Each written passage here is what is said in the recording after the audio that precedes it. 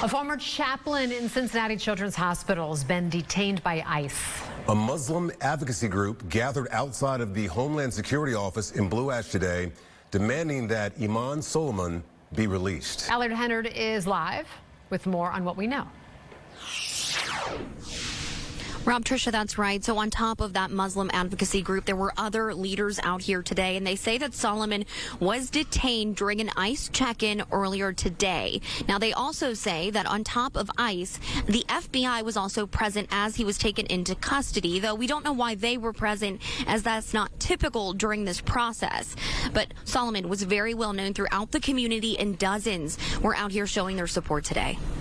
Want to know what is the message that this government is sending, where we expect people to adhere to due process and to show up for what is a regular check-in appointment and then get detained and taken away. A message echoed by community members outside of the Homeland Security office in Blue Ash Wednesday. He's proven himself to be not only a community leader, not only a faith leader, but a person who brings people together. Imam Ayman Solomon was detained by ICE Wednesday following an immigration court hearing that he believed was a routine checkup. I was here this morning as we escorted him to his appointment, following all laws and instructions he'd been given, with no criminal history, no reason. There is no reason we're here. Solomon immigrated to the U.S. from Egypt about a decade ago and was granted an asylum status. However, in December, that status was revoked by the Biden administration. Whether you're applying for asylum,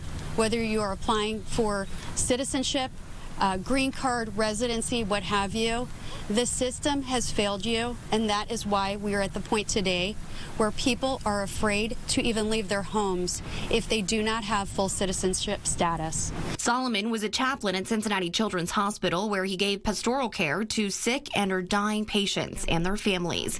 He's also an imam at the Clifton Mosque. He not only serves Muslim families, but families of all backgrounds and faiths. State Rep Karen Brownlee was there calling on the federal government. We need to fund the system so that it doesn't just happen by accident and by whimsy, that people are arrested on the street. Since taking office, President Donald Trump has implemented stricter immigration enforcement. Congress just recently passed his big, beautiful bill, securing billions more in funding for immigration enforcement last week. Fox 19 now reached out to ICE about Solomon's detainment. We are waiting for a response.